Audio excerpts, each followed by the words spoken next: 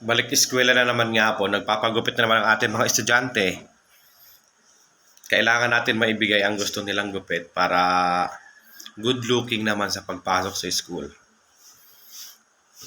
Ginugupitan ko siya noon mula nung baby pa, 1 year old, hanggang ngayon.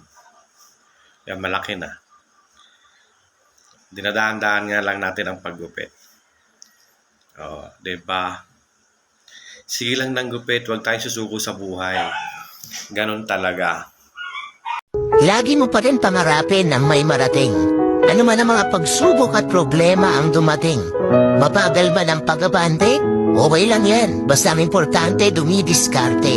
Tandaan mo na ang buhay ay hindi laging malungkot at malumbay. Kaya patuloy ka lang lumaban at maging matibay. Dahil darating din ang araw, lahat ng plano mo sa buhay ay magtatagumpay.